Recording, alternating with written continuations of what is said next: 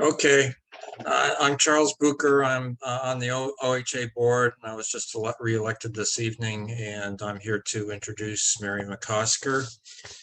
Mary was born and raised in Lafayette, and she has written an Images of America series book, you know, those history books with the yellowish tint on the cover. It's Building the Caldecott Tunnel, and she wrote it with Mary Salon. Mary was a history major at UC Berkeley. She's president of the Lafayette Historical Society, on the Lafayette School Board for 13 years, on the board of the Friends of the Lafayette Library, and she teaches Lafayette history to third grade classes in the Lafayette School District. Probably means she knows a bit about Lafayette history. In any case,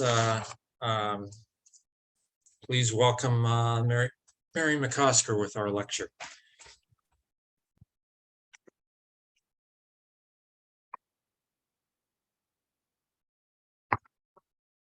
So can you all see this just before I start yakking? Yes. Okay. As the fourth bore of the Caldecott was in the process of being built in 2011, my friend Mary Solon on the left and I decided that researching all of the tunnels that had connected Alameda and Contra Costa counties might be an interesting thing to do. And that led to deciding to write a book about this history. Finding photographs to go with the text was a daunting challenge. We were fortunate to have great resources to use: the Caldecott Fourth Board Project, the Oakland Museum of California, the Oakland, Maine Public Library History Room, the Contra Costa County Historical Society, the Bancroft Library at Berkeley, the Caltrans District 4 photo collection in their Oakland office, the California Department of Transportation Library in Sacramento, the Lafayette, Orinda, and Moraga Historical Societies, and the Oakland Tribune Archives, as well as countless individuals with knowledge of the history of all of the tunnels who generously shared information with us. Hear me? Before the Mexicans, the Spanish, and the Yankee settlers arrived in the East Bay, the native people followed paths and trails over the hills between present-day Alameda and Contra Costa counties. These paths generally followed the stream and creek beds of the area. Natives used the trails for hunting, gathering plants, and trading with other tribes of the East Bay and Marin County. Early settlers on horseback or with horse-drawn wagons or buggies used trails and primitive roads to cross the hills. Although the first roads were little more than dirt trails, Contra Costa County was divided into road districts as early as July of 1850, and a few main roads were declared public highways. Once roads had been established, people could travel more frequently between the counties. Farmers from Contra Costa County brought their agricultural goods to Alameda County to sell at the produce marts. For years, crossing over the hills using Fish Ranch Road was possible only on foot, on horseback, or using a horse-drawn carriage. The road was so steep, winding, and often rutted that horses had to be led or pushed to reach the summit. In 1859, the Alta Telegraph Company constructed a telegraph line between Oakland and Martinez, and the existing road that ran alongside it was renamed Telegraph Road. The segment of the road that ran from downtown Oakland to the Peralta Estate in Temescal was first known as Peralta Road. The road from Berkeley followed the present-day Telegraph Avenue and connected with Claremont Avenue, and then went over the hills following the approximate path of today's Fish Ranch Road. In this photo from January 1904, Vic, Post, and C. Eyre stand by the Oak Springs Creek, located along Fish Ranch Road. The road was often impassable in winter months when the creek would overflow its banks. Farmers of Contra Costa County used horses and wagons to carry their agricultural products over the hills to sell in Alameda County. In this 1880s photograph, horses and wagons parked at the Oakland Produce Mart on 11th Street north of Broadway are ready to load produce to deliver to local neighborhoods. Summit House was a stopping place that stood at the top of Fish Ranch Road in the late 1880s. Those traveling between Alameda and Contra Costa counties could stop here to change horses, have a meal, or spend the night.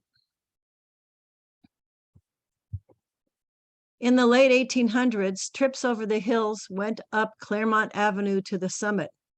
After the long climb, the downgrade to the east ended at the Oakland Trout Company, where there was a small saloon, large stables, and a stage stop near the road.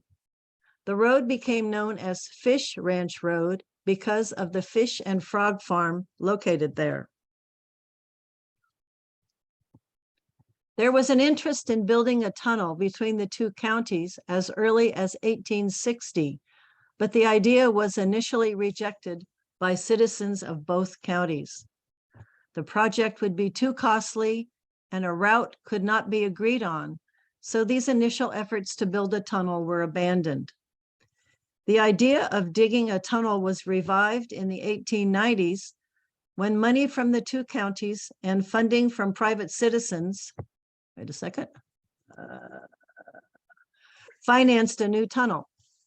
The route would run from the end of Broadway, following the route of today's Caldecott Tunnel. The proposed tunnel would be about 500 feet long and would exit on the southern side of the San Pablo Creek watershed with a road leading into Lafayette. A franchise was granted to a group of developers who passed the franchise on to another group. The proposal stalled until the turn of the century. In 1903, a tunnel was built above the current location of the Caldecott Tunnel in the next canyon south of Claremont Canyon. The tunnel was approached by a new road called Tunnel Road, which started at the top of Ashby Avenue in Berkeley. The tunnel was called the Broadway Tunnel for the road that accessed it, or the Kennedy Tunnel for the old toll road and the local farm near the West Portal. It was located 320 feet below the summit and was 1,040 feet long, 17 feet wide, and built with timber supports. It could barely accommodate two-way traffic. William Buckley's house was located near Tunnel Road on the east side of the tunnel. A barbecue was held there in May 1897, attended by representatives from Alameda and Contra Costa counties. Subscriptions were sold to fund the construction of a new tunnel. The house was torn down in 1935 to make room for the east portal of the Broadway low-level tunnel. Local families set up camps at the Buckley Ranch so the men could work on the construction of the tunnel. Robert McNeil from Lafayette worked on the tunnel, and his wife Gertrude, standing at the left in the back, is said to be the first woman to pass through the tunnel 2 days before its completion. Work on the approach and entrance to the tunnel is shown in this photo. The cost of construction was to be shared by both counties, but when a survey showed that 3/5 of the work was to be in Contra Costa County, Alameda County refused to pay for work that was not in its jurisdiction. The Merchant Exchange of Oakland raised the needed $15,000 so the project could continue. Workers had to climb steep hills to the tunnel site, where they excavated using picks and shovels. Horses pulled carts on rails to haul out the dirt. Day laborers did the work on the Contra Costa County side. Alameda County hired a contractor to do the work. Opening ceremonies for the tunnel were attended by dignitaries from both counties. Although the bore had been completed, the tunnel was unpaved, unlit, and prone to mudslides. Officials and guests gathered at Idora Park, a 17.5-acre park on the north banks of Temescal Creek in Oakland, to witness literary exercises held in the presence of a large audience. There, the tunnel was formally turned over to the supervisors of Alameda and Contra Costa counties. The approaches to the tunnel, Old Tunnel Road to the west and Fish Ranch Road to the east, involved steep roads with many hairpin turns and dangerous cliffs, making the route difficult for 4- and 6-horse teams to traverse. Large hay wagons, which could carry as much as 2 tons of hay, were sometimes too tall or wide for two-way traffic traveling through the tunnel. Drivers on either end of the tunnel would light rolled up newspapers or hold up lanterns to signal drivers on the other end to wait for them to pass through. The west portal of the tunnel is shown in this 1920s photo. Electricity became available in 1914, and lights were installed in the tunnel, while light poles were added outside. Workers changed light bulbs by standing atop hay wagons as they traveled through the tunnel.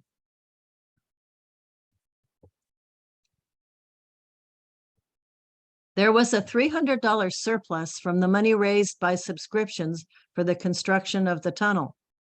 All attempts to spend it on anything else were blocked, so the money sat in a trust fund for 30 years and grew to $900. The money was used to purchase a triangular plot of ground in front of the Oakland portal, upon which a flagpole and a marker were erected. This building, located on Henry Buckley's property near the east portal of the tunnel, provided a place to stop for food or fuel. When Frank Enos purchased the property in 1918, he convinced the Shell Oil Company to paint the buildings yellow when it was repainting the gas pumps, giving the place its nickname, Canary Cottage. In this February 1929 photo, huge icicles are shown hanging from the roof of the Kennedy Tunnel. Thousands of motorists were amazed by the 3- and 4-foot icicles created by seepage from the roof. Many people broke them off and carried them home. After the installation of electric lights in the tunnel in 1914, Frank Enos made a deal with the power company and tended the lights in the tunnel in exchange for the lights at the Canary Cottage. The walls of the tunnel were initially whitewashed for improved visibility. Ernest Guido, secretary of the Oakland Motorcycle Club, is shown on his Harley-Davidson motorcycle at the Kennedy Tunnel in 1917. 2 months before this photo was taken, the United States entered World War I. Corporal Guido was drafted and served in France, where he was killed in action at the front in September 1918. This original marker for the tunnel was located near the west portal. By the early 1930s, more than 4,000 vehicles traveled through the narrow tunnel each day on a faster and safer route between Alameda and Contra Costa counties that also offered easier access to San Francisco. The last remaining piece of the Kennedy Tunnel is this marker, located near Tunnel Road, close to the west portal above the current tunnel. The old tunnel was closed to traffic in 1937 and used to store munitions during World War II. It collapsed in 1948 and was filled in to provide for public safety. By the mid-1920s, the Kennedy Tunnel had improved access between the two counties, but travel was difficult due to the tunnel's steep approaches and narrow width. In 1926, Alameda County, Contra Costa County, and the city of Oakland, hold on, formed a joint commission to study the idea of moving the tunnel to a lower elevation. By 1929, the two counties had organized Joint Highway District Number 13 to build the Broadway low-level tunnel. Several individuals were important in organizing the district. Thomas Caldecott, Alameda County Supervisor and President of the Joint Highway District Number 13, George Posey, County Surveyor in Alameda and Chief Engineer for the Highway District, who was best remembered for designing the tunnel between Oakland and Alameda, and Henry Myers, Alameda County Architect. The original approaches to the tunnel were to extend from Broadway in Oakland to Walnut Creek. But in 1931, the district decided not to build the Contra Costa County approach, but it still had to design and build 2.82 miles of roadway, 0.6 miles of which was in the tunnel. The project cost $3.75 million. $1.1 million came from a grant from the Public Works Administration, $700,000 from state gasoline tax money, and the remaining amount from local sources. The successful bid came from 6 companies of California, which began construction in late 1934, but was unable to complete the job.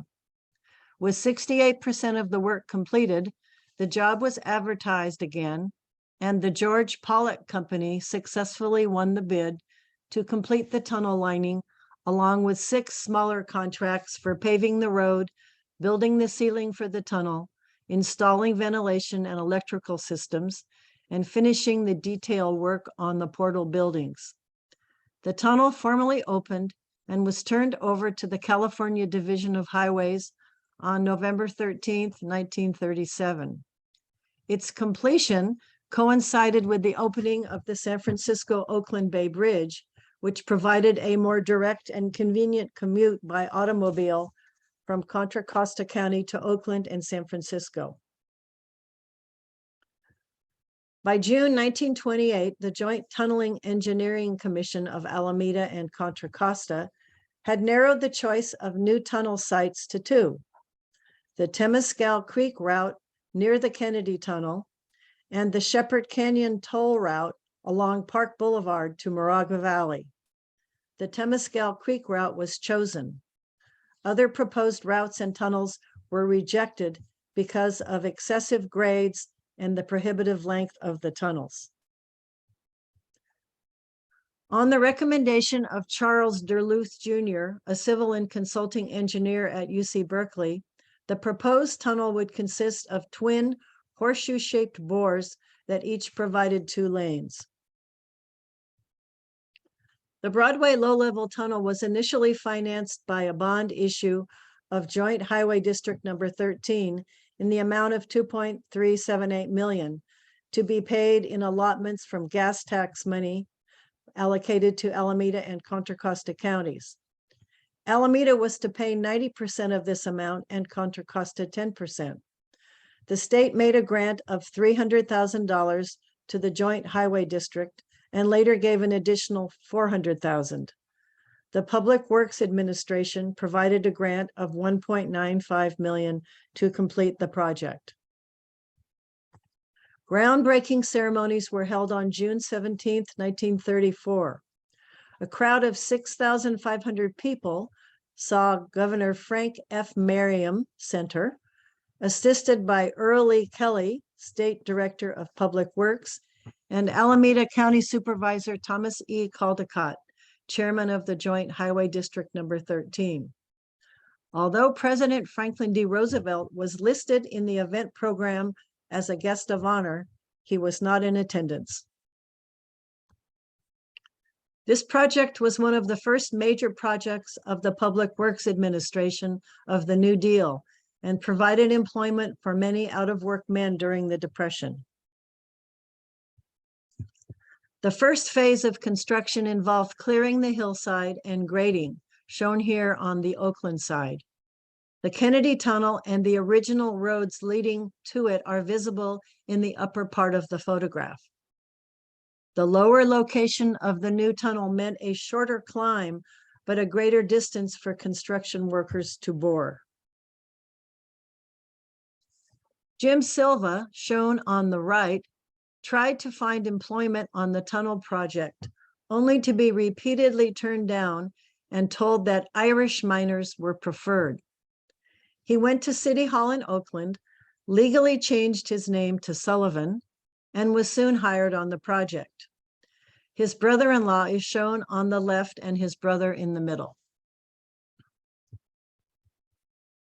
Edgar Baugh was a foreman on the tunnel project. He is second from the left at the back, near the entrance to the tunnel portal. He had worked on water tunnel construction and had been buried alive in a cave-in. It took him more than a month to recover. Work bridges called jumbos were used in tunnel construction. They were run on tracks into both bores. This scaffolding was used to support the excavation. Wood timbers, metal ribs, and laggings were used to prepare for the installation of steel forms, around which the concrete lining was poured. The pipe on the right side of the photo on the left pumped in fresh air. This cross-section of the tunnel shows the type of steel form liner used to apply the concrete to the tunnel arch and a concrete jumbo structure shown inside of it. The concrete was pumped on the form and hand troweled. On August 28, 1935, the north bore of the tunnel caved in near the western portal, killing 3 men. The contractor, 6 Companies Incorporated, had notified the directors of Joint Highway District 13 that it thought the tunnel design was faulty because of the instability of ground being tunneled. An aerial photo looking north across the canyon to Tunnel Road shows the hole caused by the downgrade tunnel cave-in. This sink, 100 feet in circumference and 15 feet deep on the hillside, 90 feet above the cave-in, indicated a complete collapse of the bore. Cars on tracks delivered the concrete from the mixing plant to the inside of the tunnel, where it was sprayed on the walls to reinforce the excavation. Over 120,000 barrels of concrete, 2,500 tons of reinforcing steel, and 1,000 tons of structural steel frames were used in construction. More than 700,000 square yards of 8-inch oiled macadam pavement was used to complete the job. Overhead louvers that prevented sunlight from falling on the roadway were constructed at the approaches between the portal walls of the tunnel to allow eyes to adjust to the transition between the artificial lighting in the tunnels and the direct sunlight outside. The main part of the project was 2 parallel concrete-lined tunnels, each about 3,000 feet long, one for eastbound travel and the other for westbound. Each had a 22-foot roadway with 2 traffic lanes and a 3-foot sidewalk. Both ends had 4-lane approaches. This photo, taken before the tunnel was opened, shows an automobile driving in the wrong direction. Thousands of people lined the hill at the west portal to witness the dedication ceremony on December 5th, 1937. More than 10,000 motorists backed up to Broadway and College Avenues to await the signal that opened the new bores linking the 2 counties. Alameda County Supervisor Thomas Caldecott and Governor Frank Merriam were among the dignitaries who attended the tunnel dedication after a breakfast at the Claremont Hotel.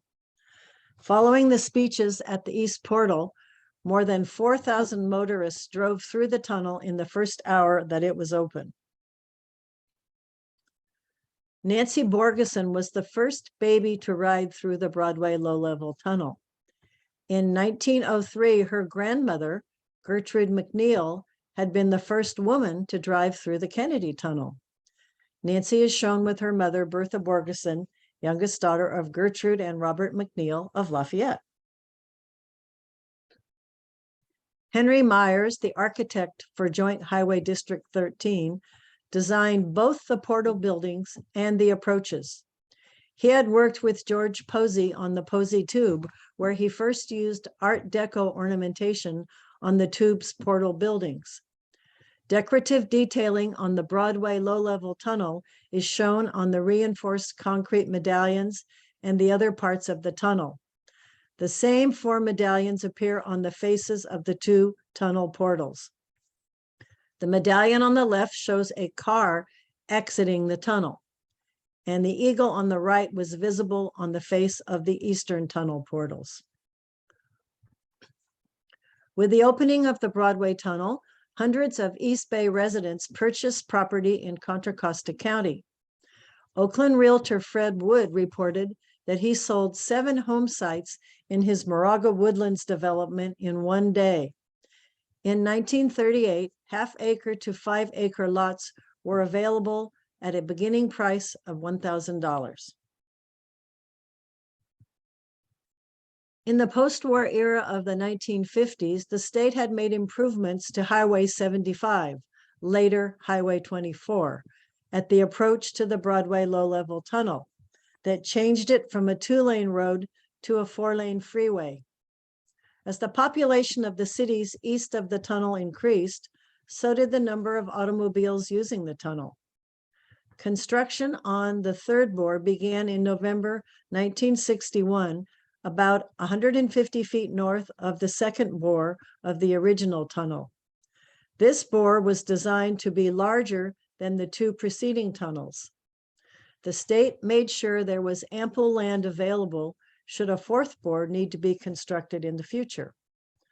Scientific advances and information from the construction of the original bores were available to aid in construction of the 3rd bore. The 3rd bore was completed in October 1964. It was approximately 300 feet lower than the existing Kennedy Tunnel and built on a 4% grade descending from the Orinda end towards Oakland. Both ends were built on curves in order to provide a smooth transition into the approaches at each end. The new tunnel had a 28-foot roadway with a 4-foot sidewalk to the right of traffic and a 2.5-foot curb on the left with 17 feet of vertical clearance. The 3rd bore cost nearly $25 million, more than twice the cost of the original 2 bores. After the 3rd bore opened in 1964, the 2 original bores were each separately closed for needed maintenance, which included installing fluorescent overhead lighting. The middle bore was then used to accommodate commute direction traffic in the mornings and evenings. Pop-up barriers were added when the center bore's direction was changed. By 1958, the state of California had approved an 8-lane freeway from the East Shore Freeway to the Broadway low-level tunnel. The Grove Shafter Freeway was to be 6 miles in length and would help to accommodate traffic loads, which were estimated to increase to more than 54,000 vehicles per day in the 1960s. This 1959 image shows a cross-section of the proposed 3rd bore that reveals the changes made since the construction of the initial 2 bores of the tunnel. The roadway is wider with additional space on the sides of the lanes. The height of the bore itself, as well as the ceiling height, is bigger to accommodate taller vehicles, and the ventilation system has been improved. This power plant that supplied electricity for the construction was located near the western portal. Electricity supplied by PG&E ran compressors to furnish air to pneumatic drills, huge shovels, concrete mixers and saws, and also charged batteries for the cars that hauled equipment. The first phase of the tunneling operation consisted of placing 3 small shafts or drifts into the mountain. Ventilation through large pipes was needed to provide fresh air and to remove explosive gases such as methane and other noxious gases, including blast fumes. Small cross tunnels called adits connected the main tunnels at 3 locations between the portals. These were used for additional safety during construction and for tunnel maintenance and emergency operations. 3 adits connect the 3rd bore to the 2nd bore. More than 100,000 tons of concrete were poured into the 3rd bore. It took 9 months to pour the arched roofs, the sides, the roadway, and the ceiling of the 3,300-foot-long bore. Contractors leased special concrete holding equipment and guns to pour the arched roof and walls of the tunnel.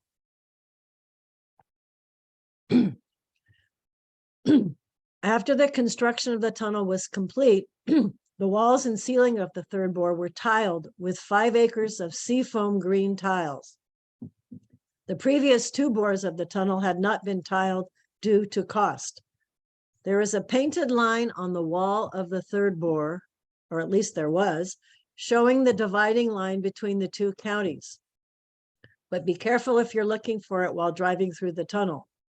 Also notice that part of the roadway in bore 3 is bumpy to drive over, but partway through the surface becomes smoother.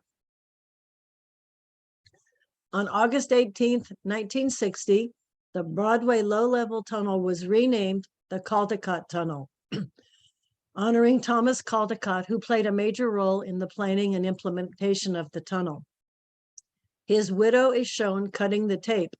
Other family members attended as well, including his grandson, Thomas P. Caldecott, the young boy shown in the middle of the picture.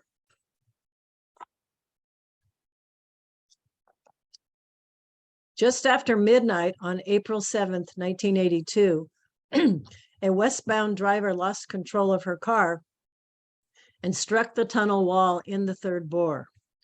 When she got out to inspect the damage, traffic in the bore slowed. A tanker truck carrying gasoline and traveling at a high speed struck the car. An empty bus following the truck hit the car and the tanker. The bus driver was ejected from his vehicle and killed, and the bus continued along in the tunnel and crashed near the exit portal. The tanker was leaking gasoline and was unable to move. Small fires started around the leaks. The driver was able to escape, but gasoline continued to escape into the drainage system. The downgrade of the tunnel caused the smoke to flow uphill toward oncoming vehicles.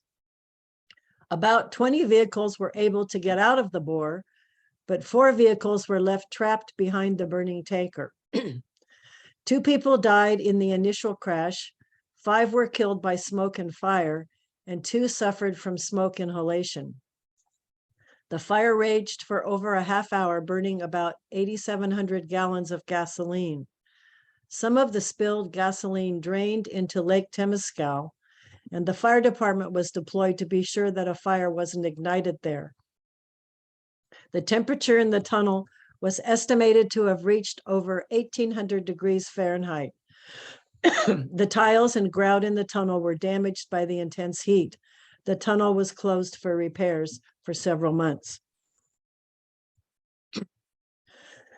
In 1998, a number of agencies in cooperation with Caltrans decided to study what could be done to alleviate traffic congestion on Highway 24. Meetings that took place included representatives from both Alameda and Contra Costa counties, as well as from transit agencies from both counties. One option to be looked at would be to build another tunnel bore through the hills. It was eventually determined that adding a 4th bore was needed. $420 million was initially projected as the cost for the Caldecott 4th bore project, which included the construction of the 4th bore, realignment of the westbound State Route 24 to the northbound State Route 13 ramp, K Street improvements, and landscaping. The completed bore was opened on November 15th, 2013. The German-built Worth roadheader was shipped from Europe to the Port of Oakland by way of the Panama Canal. It was able to excavate more rapidly and safely than many miners working by hand. The roadheader excavated from the Orinda or eastern side. A smaller roadheader worked from the Oakland or western side. Excavation progressed about 6 feet a day, with workers reinforcing the walls before moving forward. The length of the excavated section was based on the surrounding geology. The harder the rock, the farther excavation could progress before support was needed. Here is a geologic cross-section which we called the alligator. Excavation on the fourth bore began in August 2010 on the westbound or Orinda side with the Worth roadheader. About 3/4 of the tunnel was excavated from the Orinda side because the geological formations were more stable. Excavation began on the eastbound Oakland side in March of the following year. The breakthrough of the top heading excavations took place on November 29th, 2010, or 2100, about 200 meters in from the Oakland side. In the third bore, it is said that while driving west from Orinda, when the road stops being bumpy, you are leaving the Orinda Formation. Workers from Tudor Saliba, Caltrans, and all subcontractors were required to use the brass board, a vestige of the mining industry, at the eastern portal. There was a tag board at the entrance to the tunnel. The board was used to indicate who was in the bore. Every time a worker went into the tunnel, he had to tag in or brass in by placing a brass tag with his name stamped on it on the inside of the tag board. When leaving the mine, he tagged out or brassed out by moving his brass to the outside of the board. Brass tags were used because brass has a very high melting point. In the event of a catastrophic fire inside the tunnel during construction, the brass tags could identify the workers. The strength of the tunnel roof was tested after shotcrete, a fast-drying concrete, had been sprayed on the walls and had hardened. After excavation, shotcrete was applied to walls and steel rods were installed around the perimeter of the excavation. The shotcrete and steel rod provided temporary support during construction. The portal walls were set back into the hillside, so retaining walls needed to be built perpendicular to each portal wall to hold back the hillside. These walls were tieback walls, which were built on the exterior of the hillside. Holes were drilled into the hill, steel strands were inserted, grout was injected into each hole and allowed to harden. The strands and bearing plate protruded through the face of the wall and were tightened, pulling the wall against the hillside. The upper portion of the crown of the tunnel was excavated first before the bench, the middle portion, and the invert, the lower portion of the tunnel. Near the western portal, all that remains to be excavated in this picture is the bench. Tunneling from the west presented different challenges than from the east. The less stable rock formation required the installation of structural reinforcements at shorter intervals than on the eastern side. Different excavation equipment was also used on this side. After a section had been tunneled, front-end loaders moved the tunnel spoils to long, flat mining dump trucks. The trucks offloaded the spoils outside the tunnel portal. All spoils were tested for contaminated materials. Loaders filled larger dump trucks with clean spoils that were off-hauled to Treasure Island in San Francisco. Any contaminated spoils were loaded into trucks and transported to appropriate disposal sites. All tunnel spoils were tested for hazardous materials before leaving the site. Naturally occurring hydrocarbons would be the most likely hazardous material if any were found. Paleontology samples were sent to UC Berkeley for analysis. 7 millimeters of yellow waterproofing membrane made of a polymer-based material was applied over the top of the smooth shotcrete that had been applied along the length of the tunnel. Workers used metal twist ties to fasten pieces of rebar that provided reinforcement and strength to support the final concrete lining. Over 3.5 million tons of steel rebar were used in constructing the fourth bore, which will enable the tunnel to withstand a strong earthquake on the Hayward Fault. Concrete was applied to the outside of the tunnel to create a portal entrance. Once the tunnel excavation had been completed, work on the outside and inside of the bores progressed. On the outside, movable work bridges were an improvement over the jumbos used in the original Broadway low-level tunnel construction. Stainless steel panels were installed along the entire length of the new tunnel. Designed to be easily cleaned, the panels also helped to focus the motorist's attention on the road ahead. Tunnel workers laid concrete to complete the roadways and curbs in the new bore. Rebar was placed in the roadbeds to increase its strength. The new bore has a 10-foot shoulder on the right and a 2-foot shoulder and 3-foot walkway on the left. 19 jet fans were installed in June 2013 to remove smoke from the tunnel in the event of a fire. They can be operated manually or automatically and can direct airflow in either direction in the event of an emergency.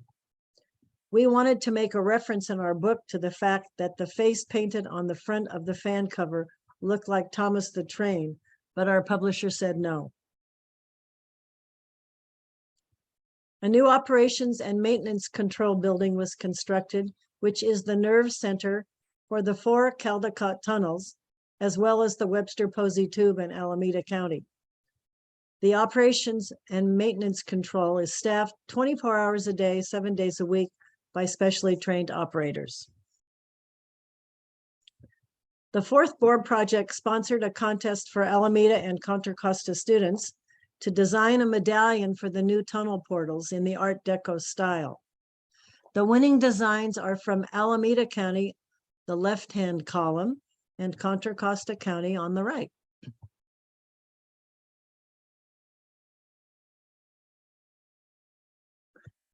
The ribbon cutting ceremony signaled the completion of the fourth bore. Speeches were given, medallions were unveiled, and thanks were given to those who made this project a success, coming in on time and under budget. The tunnel was officially open to traffic on Saturday, November 16th, 2013 at 4:25 a.m. The fourth bore has recently been named after Ellen Tauscher, longtime congressional representative for the local district. The Caldecott bores are numbered from left to right from the Orinda side, with the original bores 1 and 2 on the left and the newer bores 3 and 4 on the right. Thomas P. Caldecott, who was that young boy in the picture of the Caldecott name dedication, this is the supervisor's grandson. He holds a photograph of his family taken at the naming of the Caldecott Tunnel after his grandfather in 1960. The shovel and pail were given to his grandfather at the groundbreaking of the Broadway low-level tunnel in 1934. 2013 was a year of major milestones for San Francisco Bay Area commuters. With the opening of the new span of the San Francisco-Oakland Bay Bridge in August and the fourth bore of the Caldecott Tunnel in November, driving times between Contra Costa County in the east and Alameda and San Francisco counties to the west were shortened.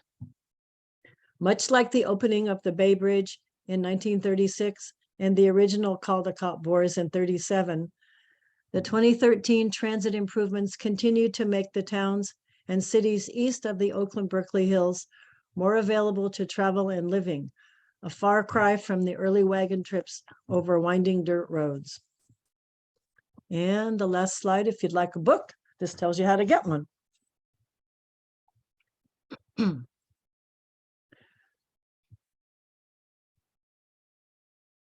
So I don't know if anyone has questions. Hopefully, if you do, I could answer them.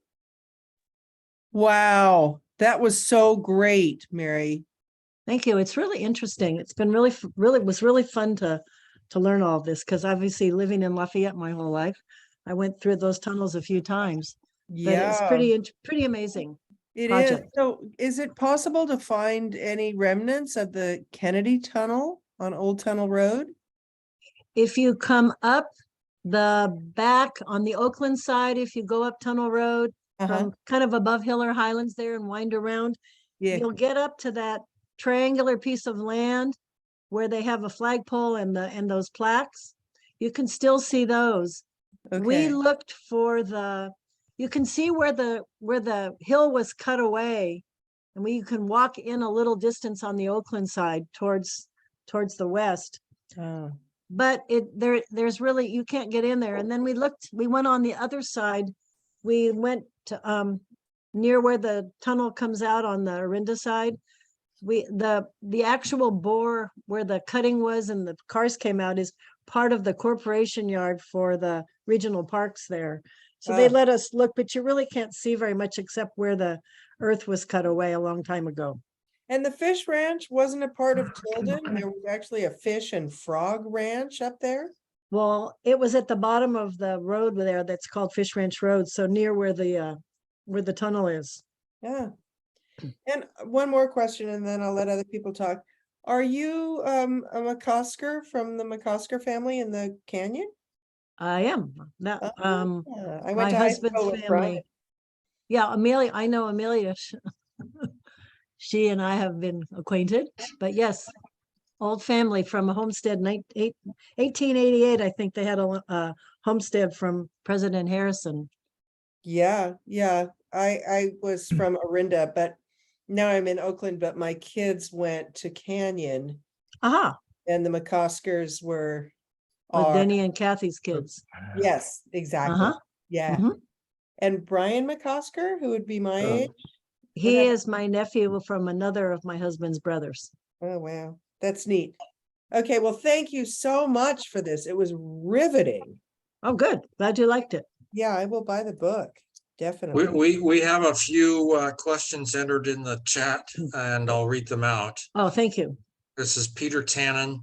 I think you said that Alameda County paid 90% of the cost of the low-level tunnel. Why was the cost not equally split between the two counties? I think part of that was because of gas tax money, and there may have been more money in Alameda County at the time, but I'm not totally sure. They probably had Okay. more resources. It was a larger population and more taxes, Okay. maybe. Okay, the next one, did the crossing of the Hayward Fault cause any problems? Were the builders even aware of it in the 1930s? I would guess maybe not, but I don't know My opinion is that the Hayward Fault runs further west. Okay. It runs along Highway 13 in front of Montclair. Okay, And then it continues into the Berkeley Hills and runs through the UC football stadium. right. I know it does that. Yes. Yeah. Okay. Well, Jerry Kent says, I was told that both ends of the Kennedy Tunnel were dynamited for closure. They were after World War II or as we got into World War II. I think munitions were stored there during the war. And then I think that they were probably fairly unstable. And I'm sure people hiked and walked through them and things. So just to be safe, they did sort of close them up by, I guess, blowing them up so they would Yeah. fall. Okay, Charlie Spiegel says you didn't address anything about the renovations of bores 1 and 2 as 3 and 4 opened. Any ideas? Have you driven through 1 and 2 lately?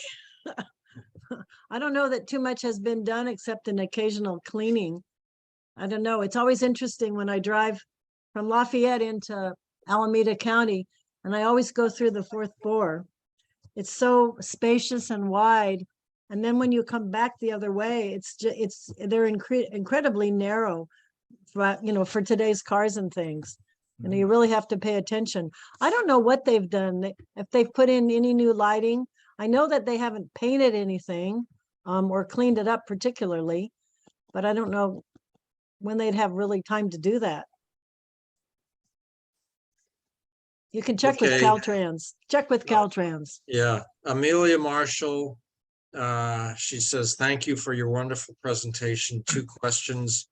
One was the grandson of Mr. Caldecott, the county supervisor, the gentleman who appeared at your Orinda Historical Society lecture. Yes, he was. 2 Yep. was the fact that Joint Highway District 13 was involved in the first bore's construction related to the Earl Warren Freeway being Highway 13. I wondered that myself. I don't know if that was just chance or if it got that number because of it was the Joint Highway District 13. I don't know.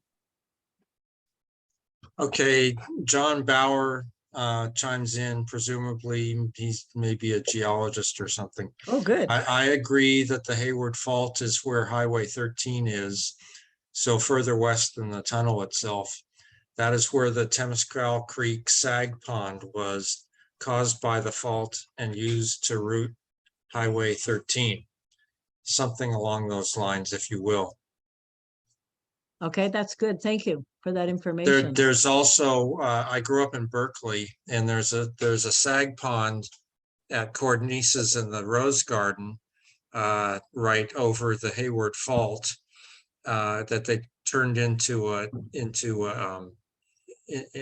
reservoir that was an in-ground reservoir, but back in about 2008 or 9, they took out the in-ground reservoir and put in a tank.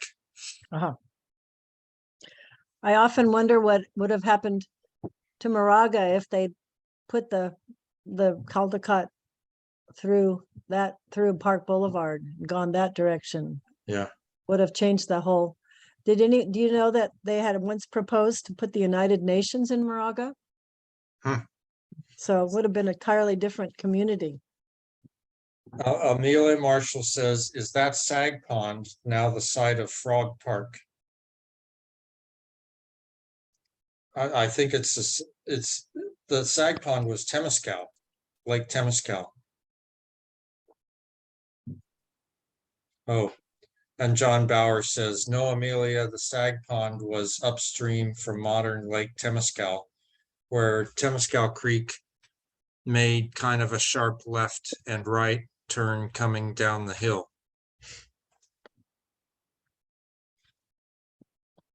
I don't know how to ask questions. Can you hear me? Yeah. Is it Riley? Yes, that's me. Yeah, I Okay, don't know how go. to do.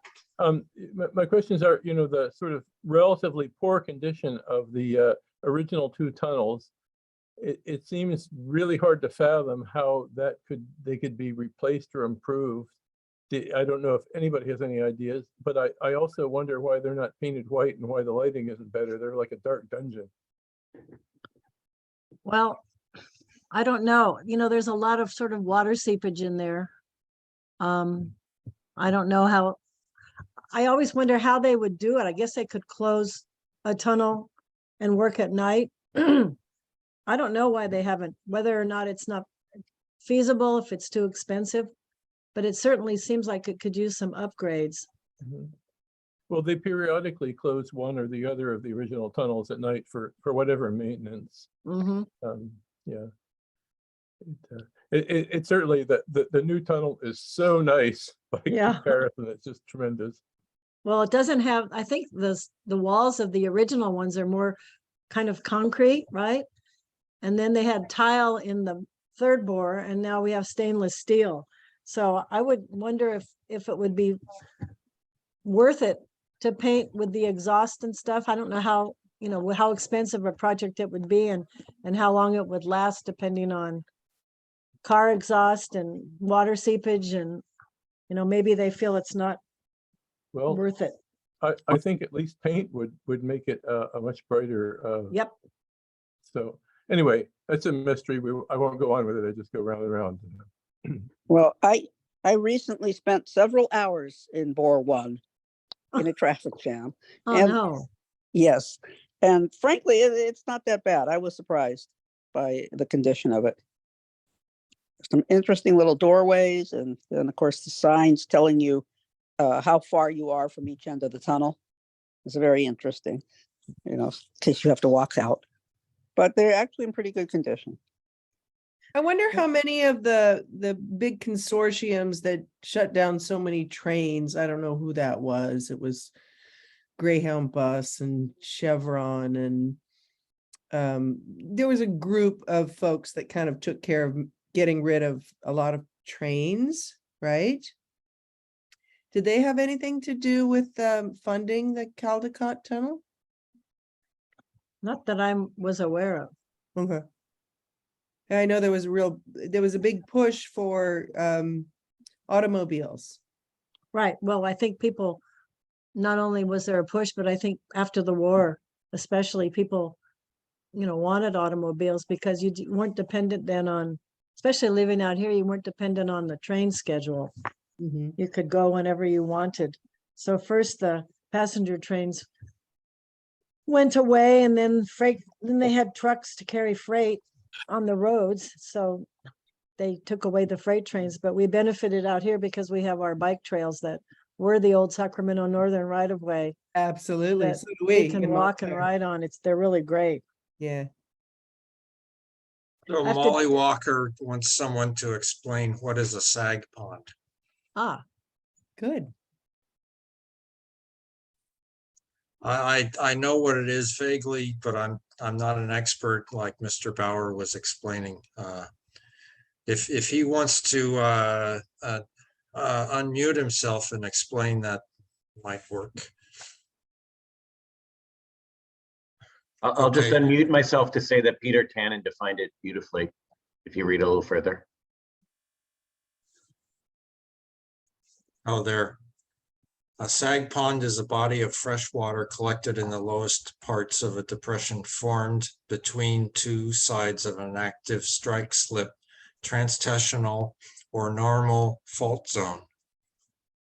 And Greg Brecken responds to the question about the company that bought up and closed the old train companies as National City Lines. And Jason Cohen says, where's the BART tunnel in relation to Caldecott? it runs to the north of it from Marinda, I think, because you go It goes underground, it's just between the opposite freeways. It's between opposite the, Lake yeah. Temescal on the north side of the freeway. it comes out over by Chabot School, kind of when you come out of Yes, so I think it's more, it you're is going- much further east than Chabot School. Oh, I hadn't thought about you that. can see some tennis courts when you come out and you can see, Kathleen DiGiovanni asks, is the Sag Pond the pond in Montclair Park? Say that again. Is the Sag Pond the pond in Montclair Park? No, it's No. like Temescal. Yes. Charlie Spiegel, I wonder if the height clearances are shorter on the first 2 or 3 bores. the height, what? Height clearances are shorter. I think they've gotten taller as they've gone along. I think Yeah, that cross the schematic drawings, I think the third bore was taller than the first 2. Part of that was ventilation, but I'm sure they made it taller because